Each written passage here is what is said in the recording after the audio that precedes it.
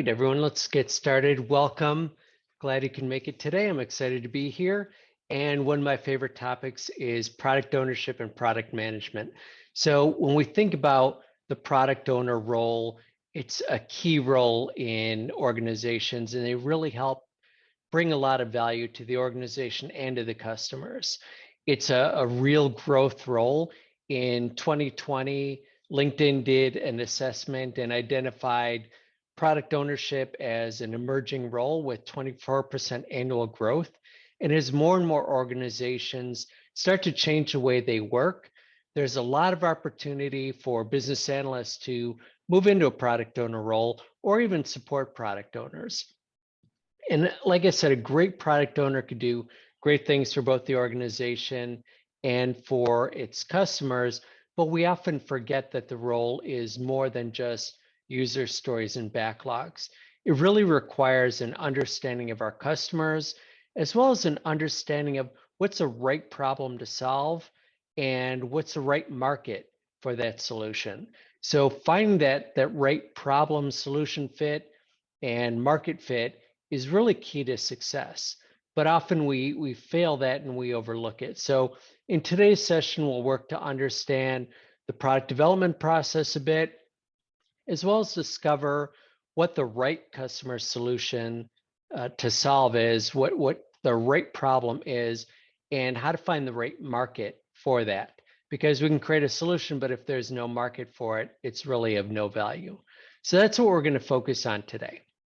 So as we dive in, why don't we begin by talking a little bit about the product owner? So in the chat, we're going to use the chat quite a bit, and later we'll take ourselves off mute if you'd like. But what do you think a product owner is and does? If you can put your thoughts in the chat real quick, just what is a product owner? What do they do? What are they responsible for? What is a product owner? I'd love to hear your thoughts.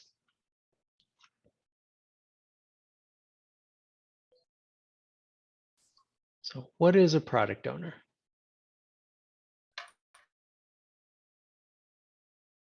Okay, provides the ability for the organization to gain value. Okay. Yeah, that's definitely a part. I mean, they wouldn't be there if they're not creating that value, and they're responsible for the value that's delivered by the team. So when we think about a product owner, it means a lot of things to a lot of different people and a lot of different organizations. But really, what I like to think about it is they're both inwardly and outwardly working to maximize the value of the products that the team creates.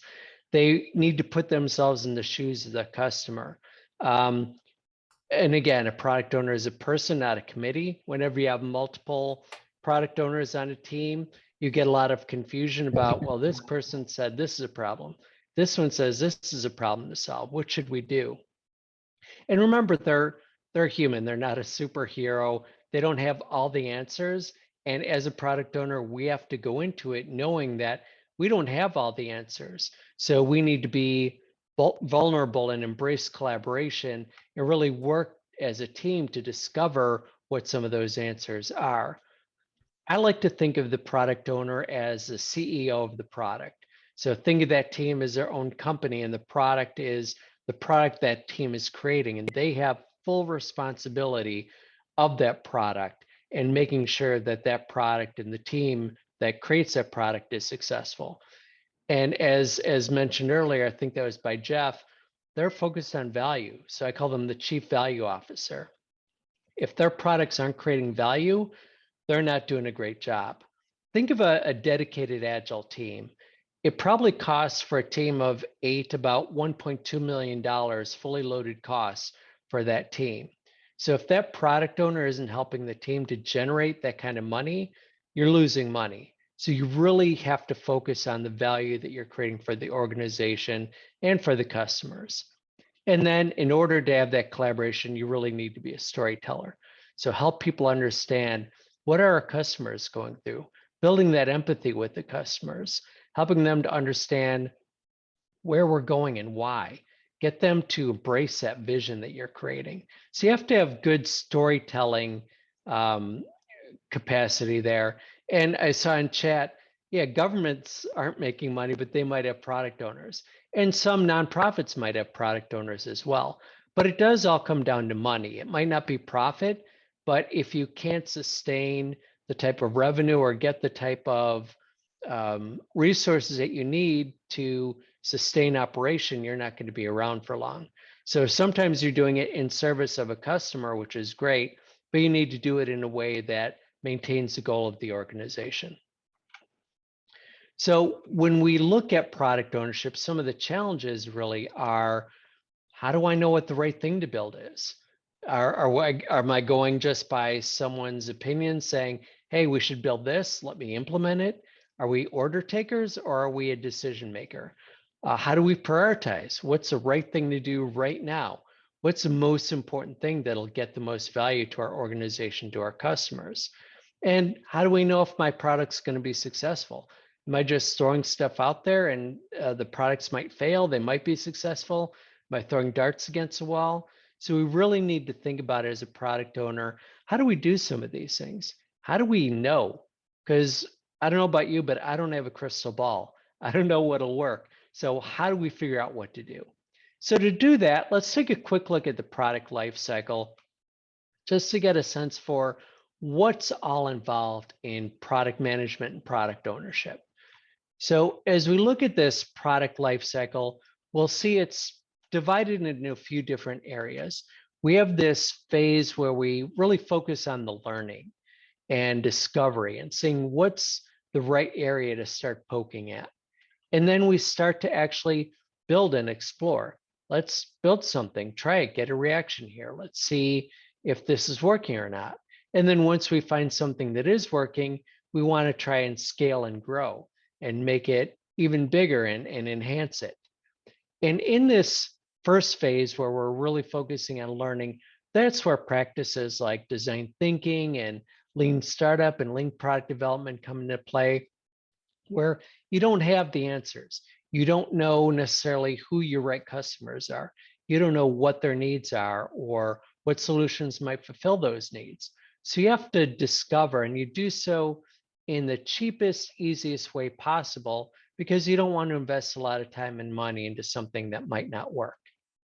Then you move into this other phase where you're actually building and exploring.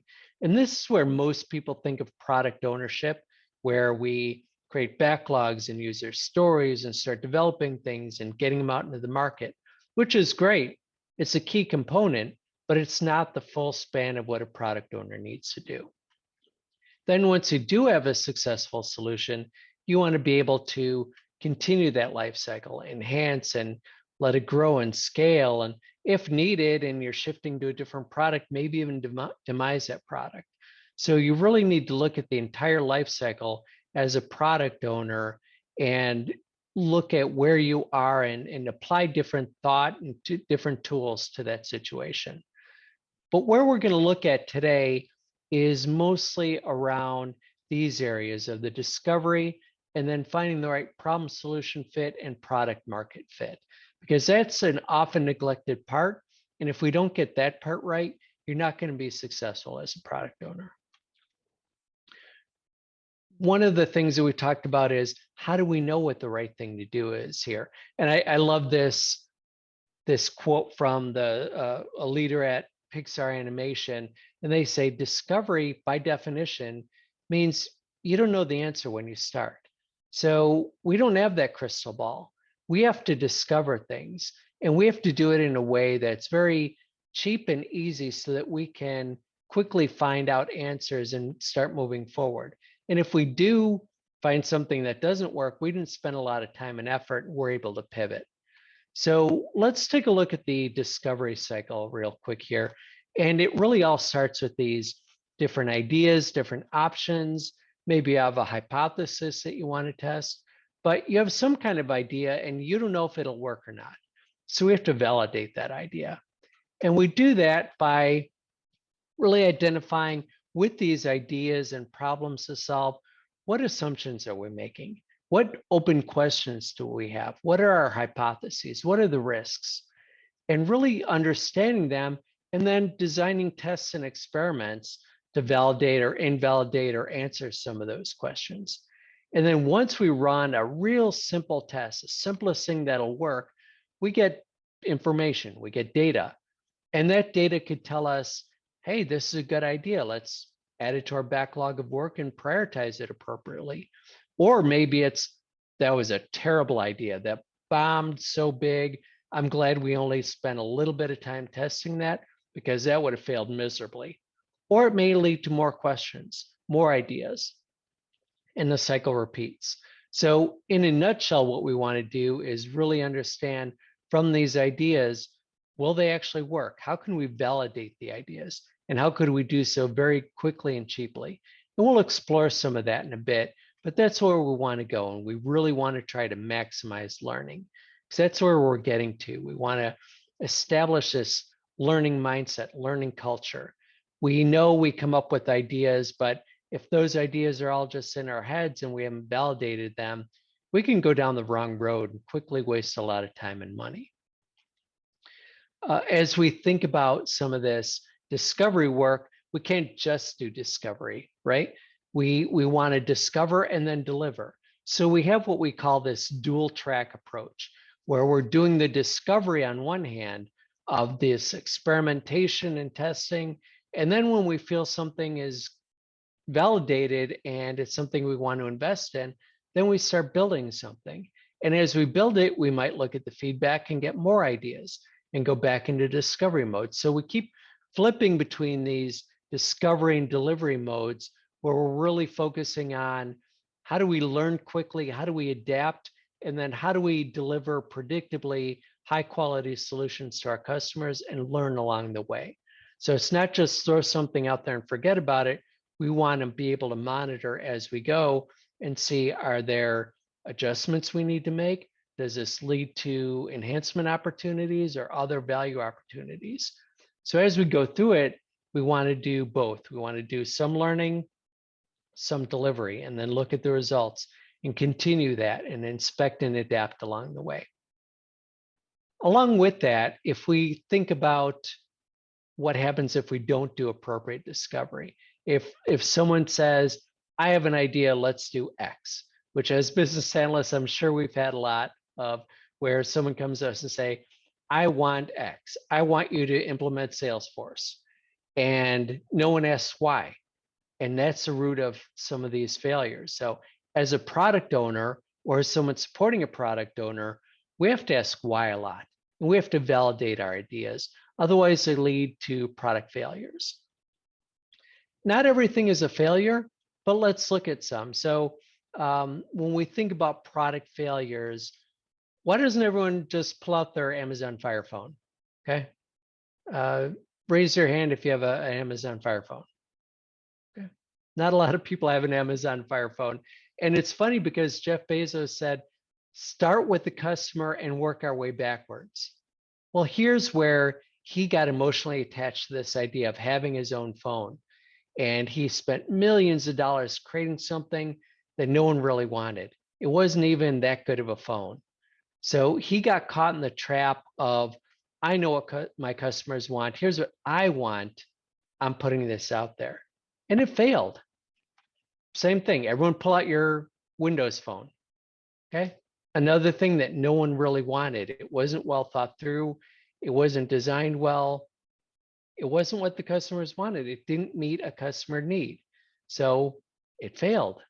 I mean, these things cost millions of dollars when companies say, I have an idea without validating it and went through and put it through to production. It would have been much better if they quickly experimented and tested and found out what's really important to our customers.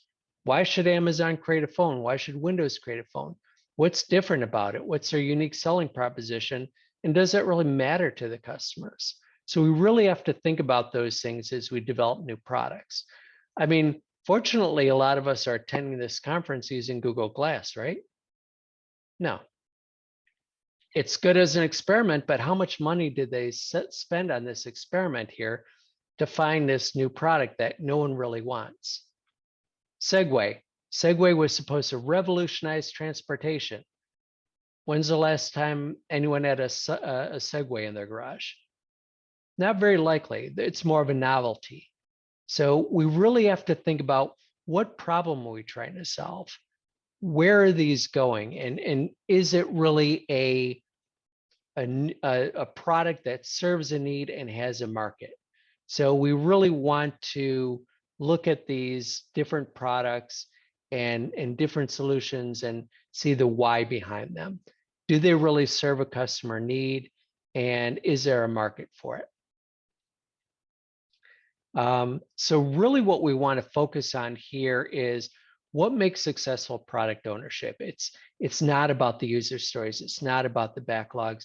It's about that discovery and finding the right problem for our customers to solve and the right market for that. Because maybe there is someone who wants Google Glass, but if it's one guy in Omaha, you're not going to have the market for it. So what you really want to have here is two kinds of fit. And one is that problem solution fit. Is there a problem that our customers have that's big enough where we can create a solution? And is it the right solution? So really, are we solving the right problem? A customer has a pain point or an underserved need or benefit that's missing from their lives. And that's really where we want to be able to find a solution that addresses that need. And then the second type of fit is this product market fit, where we really look at, okay, we have a solution, we have this product, we have this experience. Is there actually a market for it? Is it a big enough underserved need where we can get value to our customers and to our organization? And without these pieces, doesn't matter how good you could write user stories, doesn't matter how great your backlog is maintained. If you're not solving the right problem and have a market for that solution, you're going to be in trouble pretty quick. So let's explore market fit a little bit more as we go through. And what we want to do is really start by identifying who our target customers are. So really look at and understand and really work to figure out who our customers are, what problems do they have. With that, we really look at finding their underserved needs. So they have a problem, they have a need, they have something missing from their lives or something that they're not satisfied with, and really working to understand what is that. And then with that, we look at, well, what's our value proposition? What value can we provide that will address that need? And then as we go up, okay, if we have that value proposition, what kind of product and features could we have that addresses that problem? And then what's that experience like for our customers? So as we go up the chain, we're focused more on solving that problem, and then not just solve it, but solve it in a way that's meaningful and creates a great experience for our customers. So we really start with that market space where we think about our customers and what are their underserved needs. And then we look at the product space of here's a solution. So we look at that product and market together. And in that space in between, we want to make sure there's a fit, because often we have customers with underserved needs and someone throws out a product out there, but that product really doesn't address those needs. And that's where that market fit comes from. So when we do this, we have to look at each level and validate as we go. So we talked a little bit more about that discovery process earlier. So when we identify our target customers, how do we identify and validate that that's truly our target audience and their underserved needs? How do we test and experiment and validate that those are truly the needs and that those target customers have that need? How do we validate that that value proposition will actually solve that customer need? Are these the right features? Is this the right experience? So validating up and down is really important, and it's not a linear process. You might do this through prototypes, MVPs, test it with your customer, but you really have to validate each stage and ask, how sure are we going forward? And we'll talk about a few ways of doing that. So one of the tools that I like to use is the value proposition canvas. And a few of you may have used this, but it really helps you to understand, do I understand the customer and their needs? And do I have a product that really serves and addresses those needs. So as we look at this, we like to start on the right, like I said, starting with the customer and work our way backwards. So starting with the customer and understand what jobs or what needs do they have. If a customer goes to a hardware store to buy a drill, their solution is a drill, but their need is a hole. I need a hole, so I need something that'll give me a hole. Their solution is a drill, but is there another way to get a hole in the wall? Of course there are. So we really need to understand what those customer needs are. What jobs are they trying to do, or what unmet need do they have? And then what do they have to gain by solving that need? And what pains are they experiencing now as a result of that need? So it really helps you to understand the customers and where they are and really solve the right problem for them. And then on the other side, we look at what do we do about the product that we have. So we understand the customer. Now let's go to the product side and think about how can we help the customer create that type of gain that'll be experienced when they address that underserved need, or what kind of pain can we relieve that they have now? And that really helps us to understand what would a product look like? What would a service look like? How can we address those features? So looking at it holistically of the customer side, there are things they hope to gain and the pains that they're experiencing, with the solution side of how do we help create those gains for the customers and how do we solve some of those pains through a product or solution. And once you have that match there, that's when you start to see some of that product market fit. Let me throw this question out here to you, because we see a lot of organizations and products out there with a lot of different features and functionality. So what do you think, in chat, put what percent of product features are actually used? There was a study done by the Standish Group a number of years ago where they looked at a percent of product features out there that people actually use often. So if we think of Excel, Word, Salesforce, SAP, they have a ton of products and a ton of different features out there. So what percent of features do we think people will actually use? And I see answers coming anywhere from 12% to 35%, a lot in there in the 20s and low rates. Just by your responses, it means we're creating a lot of features out there that no one's going to use or very rarely use. So we're wasting a lot of time and money in things that no one's really going to use. So the results are here, and they found that 50% of features are hardly ever used. 50%, we're wasting half our time and money doing things that people hardly ever use. And another 30% are infrequently used. That's a lot of wasted time and money. Why aren't we focusing on the 20% where they really have the value there? We're wasting a lot of time and money creating things that no one wants or needs, or there's not enough of a market for. And now it's not just creating them, it's maintaining them going forward. If you have a software product and you have things with 80% that no one uses or hardly ever uses, you still have to test and maintain those things with every update. So we're wasting a ton of time and money. And this is where great product ownership and product management comes into play, is really understanding what is that 20%. And let's not waste time and energy on that 50% that people hardly ever use unless it's something really critical. So really focusing on where to invest our time and money is really important. So in order to determine where to look for those kind of right features and right solutions, we'll use one of the consultants' favorite tools, a 2x2 matrix. And in this case, we're looking at what's the importance of the need. So how important is this need or pain or thing to gain of our customers? And then at the bottom, what's their current level of satisfaction with other solutions? Maybe instead of a database, they're using Excel, and that's good enough for them.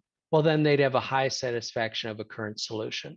So we really look at what's the importance of the need and what's their current satisfaction with whatever current solution they're using today. If it's pen and paper, if it's something else, what's the satisfaction?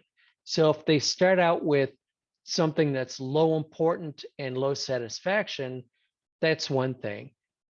And really in this quadrant, we would look at it and say, well, it's a low importance, but there's low satisfaction. There might be an opportunity there, but we could probably invest more elsewhere. If it's low importance and they're already highly satisfied with their need, we certainly wouldn't look at building anything there, any kind of solution or feature. Now, if we start to shift from this customer satisfaction spectrum, and then they start moving into higher needs, that's really where we look at a bit of a difference there. So if an important need is identified and they're very satisfied with their existing need, well, you have a lot of competition there. So it might not be the best place to look. But where the best place to look really would be somewhere where there's an important need, something really important to be gained or a real pain to solve, and people are unsatisfied with their current way of solving that. And that's really where you want to focus as you're developing new products and new features. Now, once you have the product and you're starting to enhance and grow that product, you'll notice that hopefully, if you're doing things right, your product will start shifting to the right, where people are more and more satisfied because it's your solution that they're using, and they're more and more satisfied with that need. So start in this upper left quadrant where it's an important need that's currently underserved, and start shifting it to the right to help people understand what they have to gain and become more and more satisfied with the solution that you're offering. Like I said, this part is where the opportunity lies. If you start in this upper right quadrant, that's where a lot of competition is. So it might be a little challenging to start there. In this bottom row, where there's not much of a pain currently, there might not be enough value there. So you really have to look hard and say, that's not a big enough need. There's not enough market there. There's not enough pain there to create a change in someone where they decide to do something different. So when you think about things, look for those unserved needs, those important needs where there's little satisfaction currently. Let's take an example of this. Let's think of the rideshare company Uber. And if you would think about these and answer in the chat, who's Uber's target customers? And what need does Uber address? So you're a rideshare company, Uber. Who are their customers and what are their needs? Any thoughts? Okay. Those without vehicles, convenience, people who want to go somewhere, people leaving a bar late in the evening, absolutely. People who need transportation, big city dwellers, yep. If you live in a big city, sometimes you don't have a car, can't move your car, travelers. Yeah, no parking area is tough to park. So yeah, there's a need there. So as we look at Uber and think about, well, what's the importance of the needs? If it's someone without a vehicle, well, that's a highly important need. What's their current satisfaction? Well, what are their options? They have taxis, they have Lyft, Uber's competition. Maybe they have call a friend. But if you're a traveler in another city, there might be opportunities there. If we think about the competition, like taxis, well, what's the gap there? There's already an area of importance and need, but maybe they're highly satisfied with taxis. What Uber did is they looked at it and said, what's wrong with taxis? Well, one of the challenges is it's hard to find a taxi. So what if you can have a service that you can identify and you'll actually be able to track when they're on the way? You'll have known information versus you never know when you're going to get a cab or what the quality is. So they identified this need that was underserved and a low satisfaction area. So we really have to think about who our customers are and are they city dwellers? It might look different to folks at an airport because taxis are readily available. So maybe that's not their target customer.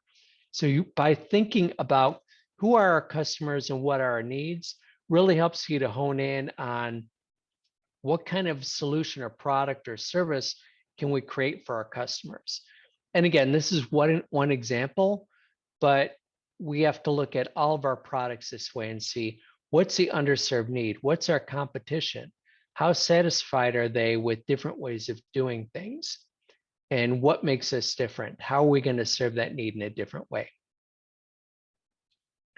As we think about these things and as we consider potential products, solutions, and features, we need to consider three lenses as we look at things. We touched upon these things in that value proposition and the pyramid a little bit, but we need to look at three things. Desirability. Is it a good customer experience? Is it something people really want and need? And then valuable. Is it valuable to them? And is it valuable to the organization? And then feasibility. From the organization standpoint, is it something we can actually create and support? So as we look at these three lenses and we come up with a solution that's maybe desirable and feasible, but not valuable to the organization, we're going to lose money. And we can't do that for very long. So you really have to look at all three together. If we find something that's valuable and feasible, but not desirable, you're going to lose customers. An example here is in about the early 2000s, a company came to cars.com, and cars.com has a website where they sell cars online and have information about buying and selling cars. A company came to them and offered them $1 million to put ads on their website. Is it valuable? $1 million, that's valuable. Is it feasible? Adding ads to a website is pretty easy. You could do that in an hour. Is it desirable?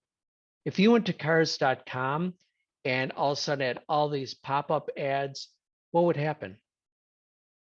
You wouldn't be there for very long. You'd probably never go back to that site. It's too much. So while it was valuable and feasible, it's not desirable to the customers. And if you start losing those customers, it's no longer going to be valuable. And you're going to lose money. You're going to lose everything. So you have to look at all three lenses together. If you have something that's desirable and valuable, but you can't build it or can't maintain it, and this is a problem a lot of organizations run into, you probably shouldn't do it. Or maybe you could do it, but it'll cost $10 million and take 5 years. Maybe it's not the right thing to do. So you really have to look at that feasibility angle as well. And if you don't know yourself as a product owner, all these lenses, it's important that you pull in the right people. So maybe for feasibility, you might need to pull in an architect or technical expert. For value, you might need to pull in someone who can do that analysis and that business case and pull together the right information. For desirable, you might need to pull in some kind of designer or someone who understands the customer really, really well and can help create that experience and understand the customers and their needs. So you have to look at all three lenses together. And like we said before, a product owner isn't a superhero, but they do need to be able to collaborate and pull in the right people if they don't have the knowledge and expertise in an area. So one thing you can do with these three lenses is not just hypothetically look at them, but use them to test some of your assumptions. So as you think about the three lenses, you do what we call assumptions mapping. And what that is you take the desirability and you say, okay, if we're looking at product X, what assumptions are we making? What hypotheses do we have? And you start writing those on Post-it notes. We believe our target customer for this solution is this group of people, city dwellers for Uber. Our value proposition to our customers is this. We're different than taxis because we meet this needs, and we'll reach our customers through this channel. Those are all assumptions. We don't know for sure if those are valid. So we're going to write down those assumptions and hypotheses. And we'll do the same for value. we believe that we'll create X amount of revenue by doing this, or that we could keep our costs low by doing this. And then feasibility. We can solve these technology challenges by hiring this one firm to do it or whatever. So we want to write down our assumptions, and then we use another 2x2 grid and really map the importance of those assumptions. If we're wrong about this, we're going to waste a lot of time and energy. Or if we're wrong about this, no big deal. So the vertical axis is the importance, and then the horizontal axis is evidence. We have a strong faith in this assumption. We have some evidence to back it up, or this is a total wild guess. We need to be able to test this.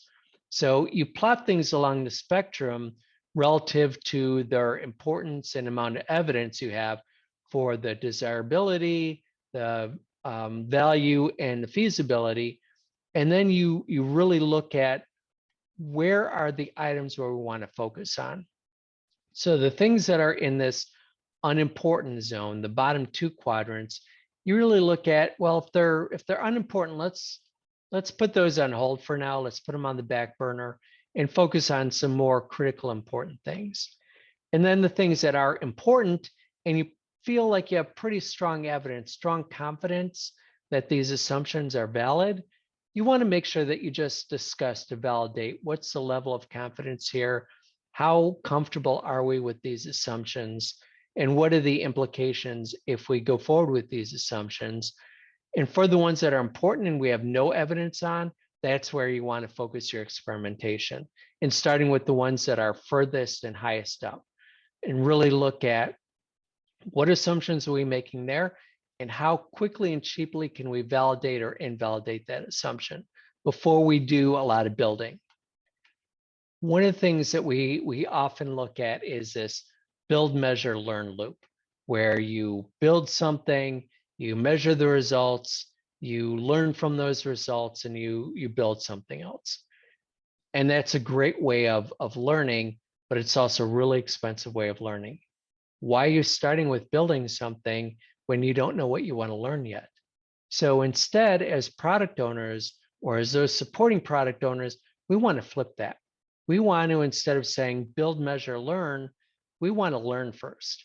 So figure out what you need to learn. So from that assumptions mapping, we're going to take one of those assumptions or hypotheses we have and say, here's what we need to learn.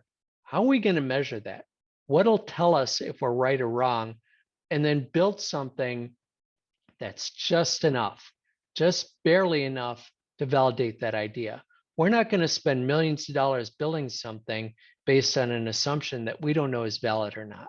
So this whole learn, measure, build loop, we want to keep in mind to understand what assumptions are we making? What hypotheses do we have? What risks are we taking? And how can we validate those very quickly and cheaply? And that's where that experimentation comes in. And again, this is all things that are really critical to solving the right problem and finding the right market. So experimentation is your friend. We really need to experiment our way into things because none of us has a crystal ball. And we can write all the user stories we want. We could build the backlogs all we want. But if our ideas aren't validated in there, we're taking guesses. Our entire backlog is made up of guesses. So let's make sure there's some evidence behind those guesses. Your whole goal in experimentation is to find out very quickly and cheaply if you're wrong, because you don't want to spend a lot of time and money if you're wrong. You don't want to create those 80% of product features that are hardly ever used. So really focus on experimentation. And this is something you want the entire team to do. Have them think about what kinds of problems do we have? And before we do anything, before we build something substantial, what assumptions are we making? Because we don't always know. And some ways of testing are here. As BAs, we're familiar with some of these things like interviews and prototypes. Pre-sell is a good one. Think of Kickstarter. Kickstarter, you start with an idea, maybe you do a drawing, and then you put it out there and see, are people willing to actually pay for this before I build it? And if no one's willing to pay for it, then You validated that that's probably not a market for that feature or for that product. But if you have a lot of people saying, yes, that's something that I want, this solves a big problem, now you validated your idea and you go forward with building it. And you might ask them questions along the way, but you validated that idea. Explainer video and fake door are really interesting. So the company Dropbox, that I'm sure a lot of you are familiar with, it's a cloud storage company. When they first started out, no one had heard of saving things to the cloud. So instead of spending millions of dollars on data centers and infrastructure, they started with an explainer video. They had a simple website with an explainer video. I remembered it was a little cartoon that showed how people experience pain trying to take things from one computer to another, especially if they weren't on the same network. And you have to kind of use this disk network where you copy something onto a disk and put it in the other computer. And it explained the pains, and then it explained how you can save things to the cloud and how it can be shared on any computer and how it was protected. And if people were interested from there, they had a button that said, hey, if you're interested in this, click here. And that's where the fake door came in, because it said, hey, we're glad you're interested. We're still working on this, but if you'd like to be informed of updates, if you'd like to become an early adopter of this, give us your email and we'll let you know when it's ready. So that did a few things. One, they could experience how many people went to the website to find out more, how many people clicked that button to sign up, how many people provided their email address, even though there was no product there yet. And they were able to gauge their interests at every level to see, are we explaining this in the right way, in a way that resonates with people? And are people interested enough to provide something really valuable, their email address? And even from there, they can say, we can send people emails, and if they respond, if they open it, then we know we really have something here. Now we could start investing money. So they did a lot of things to validate their idea because it was a big risk. No one had heard of saving things to the cloud before. And should we spend millions of dollars on something that people aren't willing to do yet? And they validated their idea really well before spending that money. Things like a Wizard of Oz, the company Zappos, the online shoe retailer, they used a Wizard of Oz, and Wizard of Oz is basically, people think it's all automated in the background, where really there's people in the background behind the curtain doing all the work for you. So Zappos, instead of spending millions on an inventory and all this back office work to automate the shipping of shoes that people wanted, all they did is put up a simple website. They went to a shoe company next door, a shoe outlet, took pictures of shoes, put them on the website, and when an order came in, they'd go to the shoe store, buy it, package it, and ship it out. Once people did that for a while, they said, we validated our idea here. People are willing to do this. We worked out some of the bugs.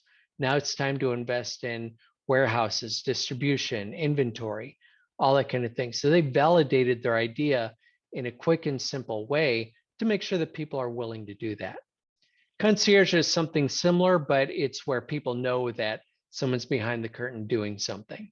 Wizard of Oz is also used for chatbots. When chatbots came out, people weren't sure, would people be willing to even talk to a computer?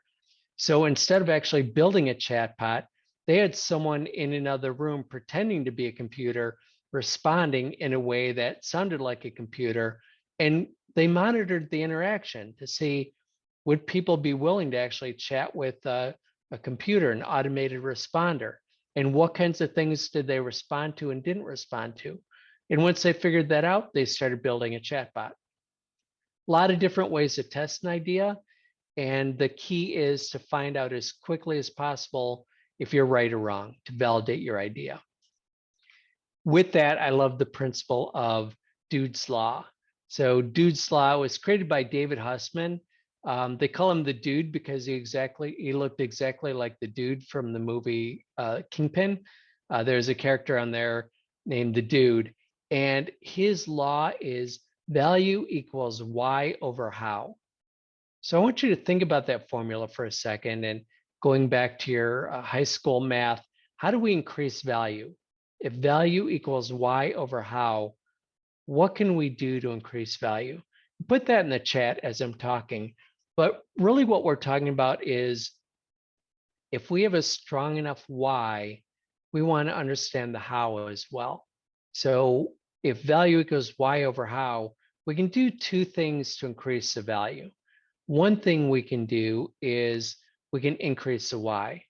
So if we increase the Y by saying, could this product or solution apply to different customers that we weren't thinking about before? Is there a larger audience here? Could it solve a different problem that we weren't thinking before? Something like Viagra was what was originally used for, I believe, hair growth or a different solution, but they figured out, oh, it has this other solution as well. They found a different why. The other thing we can do with this why over how is reduce the how. So if we think of the fraction y over how, the easiest way to do that is reduce that how.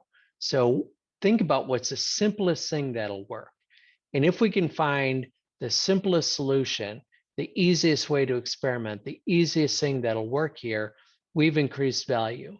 So we often tend to overcomplicate things and really think about what's the simplest, cheapest way we can validate. Okay, once we've validated, instead of creating something that no one uses, this 80% of features, what's the simplest thing that will alleviate that pain? And then let's move on to the most valuable thing. Now, that doesn't imply that we give someone something that doesn't have a good experience. We want to still focus on the top of that pyramid, the experience, but we want to do it in a way that's simple and not overcomplicate things and not gold plate things, give them more than what they really need and want. So just something to think about as you develop things as a product owner or you're supporting your product owner, asking what's our why and what's a simple way to achieve that why. So finally, some considerations as you think about either shifting to a product owner role, or maybe you're a product owner now and you want to be more effective, or maybe you're supporting a product owner now and you want to help them to contribute value to the organization. As BAs, a lot of times we're partnering with product owners or we're being asked to fulfill that role ourselves. And we have to think beyond the backlog. It's not just about user stories. It's not just about backlog management. It's not just about prioritization. It's about that discovery work. We've probably all experienced as BAs when someone says, here's what I want you to implement. Give me X. And as BAs, if we say, okay, I'll give you X, often we run up with a product that no one wants or needs. I'm sure a lot of us, I know I have, created a lot of solutions as a business analyst with the team that were shelfware. Someone said, yep, this is great, we're not going to use it, and put it up on a shelf.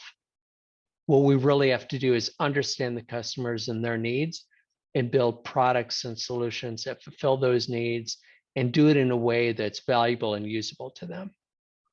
So as we think about these things, it's our opportunity to either serve as a product owner or support a product owner in making sure that we build great products that truly satisfy a need and will be valuable to our customers and to our organizations. So in thinking about that, we have to think a little bit differently. So start with that customer. What are their pains? What issues are they facing? And are they important enough to be solved? So think about their problems and then think about that market.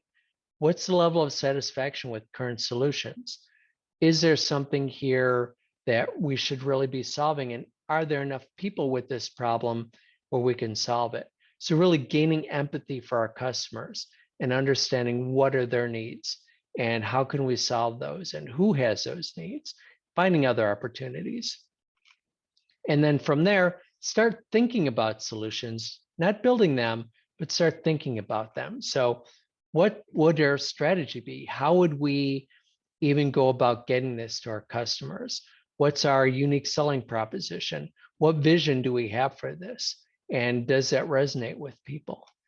And then look at how we're going to measure that. Before you even build anything, what would success look like? How are we going to measure this? What are the goals and outcomes that we would expect to see if we were successful? And then start to validate those ideas. So you do all this thinking before you even build something. You might build as you're thinking about the customers solving problems.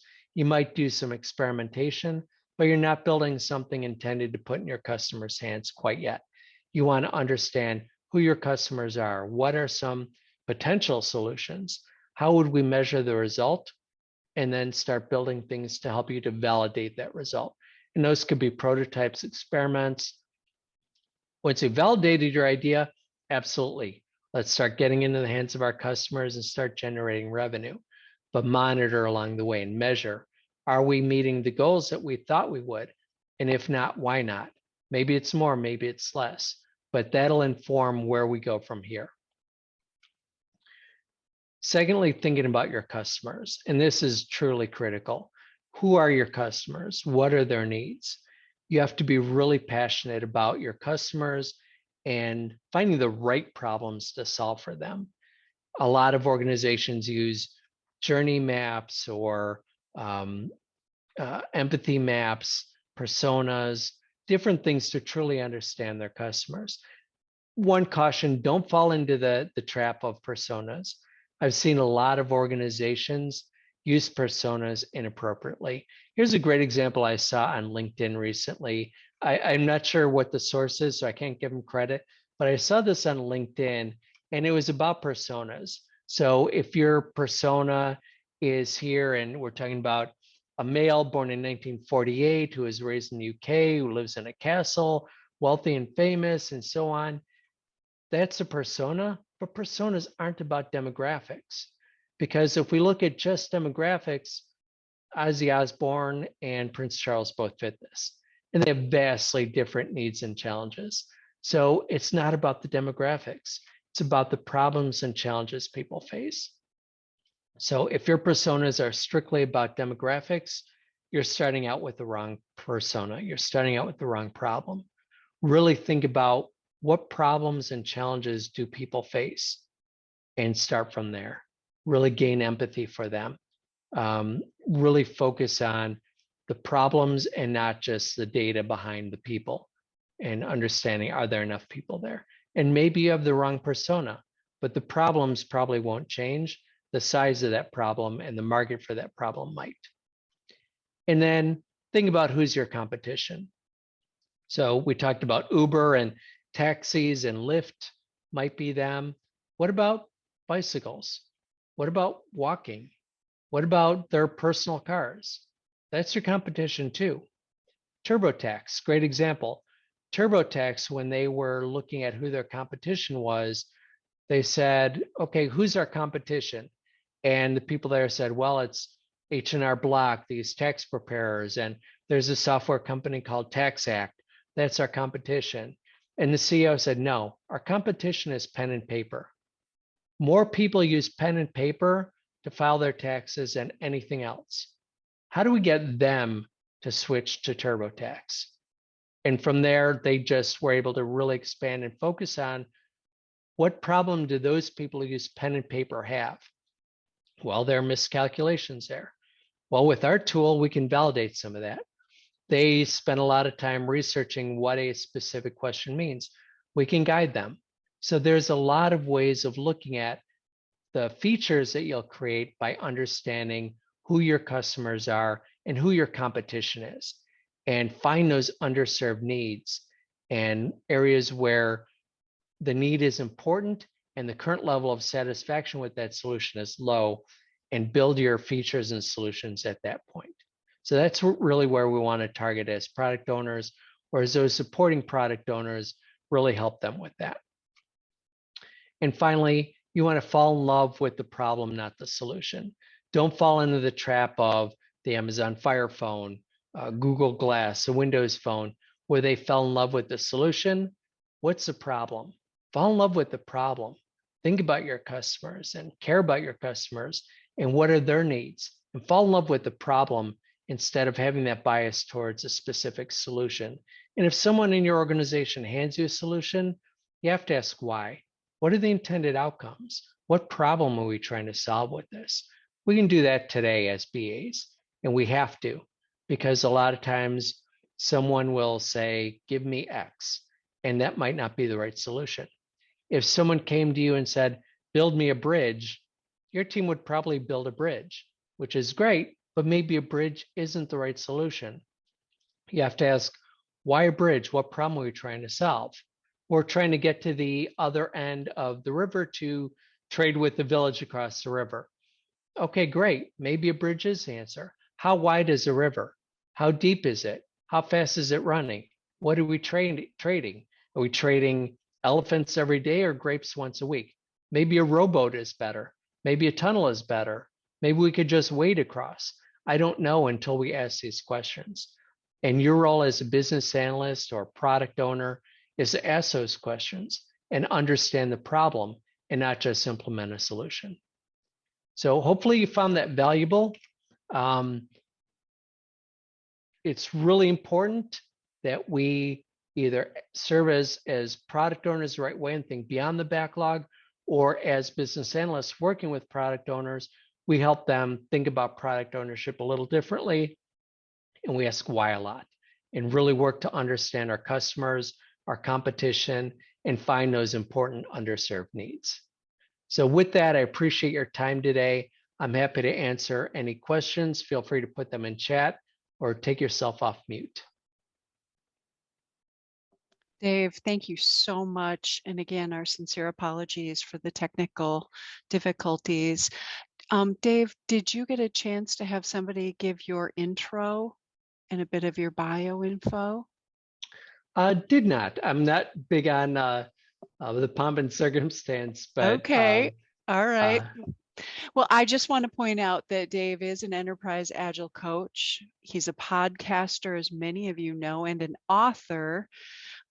This was an incredible presentation, and I know you've been in the business analysis and project management field for 2 decades. You've led business analysts, scrum masters, and coaches. You are an industry leader and speaker, and you also helped create the IIBA's Agile Analysis Certification Exam. So you provide coaching, mentoring, your podcast. I mean, phenomenal work. Thank you so much, Dave. So it looks like there's a couple of questions in the chat. Can you see those, Dave, or would you like me to read them? I can see them, but if you wouldn't mind reading them, that'd be great. Sure. So Patricia has asked, will the presentation be posted? This was great. Yes, it was. It doesn't appear to be posted like other sessions.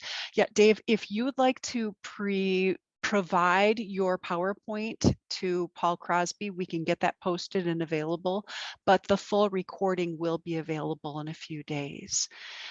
So I believe it's Xiao. Does the same principles or methods spoken in this presentation apply to existing features on the application versus analyzing the new added feature? And please take yourself off from mute if you need to expand on the question. Yeah, that is a fantastic question. So I've also talked about at other conferences product debt. And it's different from technical debt, but it has the same result, where maybe you have something like an Excel that has 800 features and 700 of them no one uses. And as a product owner, either inheriting that product or just taking a step back and looking at your product and going, wow, there's a lot here that people don't use. There's a lot of ways to address that. So I think it goes for that as well, and really understanding who uses what feature and functionality, how do they use it, why is it important to them, and then if needed, trimming back your product a little bit, erasing some of that product debt you have where no one uses this feature. Why are we maintaining it? There are appropriate ways of retiring it. You don't want to necessarily just pull it because there might be someone who is actually using that. So there's a little communication you need to do and real understanding, but I think it absolutely applies to existing features as well. Looking at the feature and saying, is anyone actually using this? How are they using it? Or how might they use it differently than they're using it today to be more valuable? As BAs, we've probably shadowed a lot and understood and watched people use the software products and different products that we have. And we might be surprised to find that they're using those features in a different way. And that might spark an idea of, you're using this existing feature in a different way to solve a different problem than it was intended. Is that satisfactory? Should we promote that feature to be able to use that, or should we build something else? So you can do a lot of discovery, even just looking at the way people are using existing features. TurboTax had a program where they'd follow people home, not in a creepy way, but they'd be in a software store. And when people bought TurboTax, they kind of talked them into, hey, do you mind if I kind of go home with you and observe how you're using this software? So they watched them install it. They saw them with a lot of challenges with installation, and that led to a lot of new features and functionality to make things easier. So totally applies to existing features as well. Great. Thank you, Dave. We do have 2 questions in the chat, and we only have 2 minutes, actually less than 2 minutes, so I'll read them quickly. Rob has asked, you discussed how you want to fall in love with the problem and not the solution. Are there triggers that you look for to prevent falling into those solution pitfalls? Triggers is hard because it's a form of bias. It's a form of confirmation bias.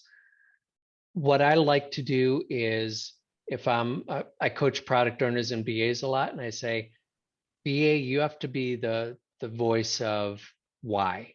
Why are we doing this? And really challenging to make sure we're doing the right things. I tell product owners the same thing, but it's really good as a product owner. You tell people, we might not be right, so I want you to challenge me. Often we fall into that. And if you're working with the BA, it's a perfect opportunity for them to be that voice of challenge and make sure we're doing the right thing. Thank you so much, Dave. It's 10:39 and our session ends at 10:40. Dave, do I have your blessing to put your email in the chat for those people to contact you? Would that be acceptable? Yeah, and actually, my email is dave@masteringbusinessanalysis.com. So feel free to put that in the chat. And if you have any questions, feel free to email me and I'll be happy to answer any questions you might have.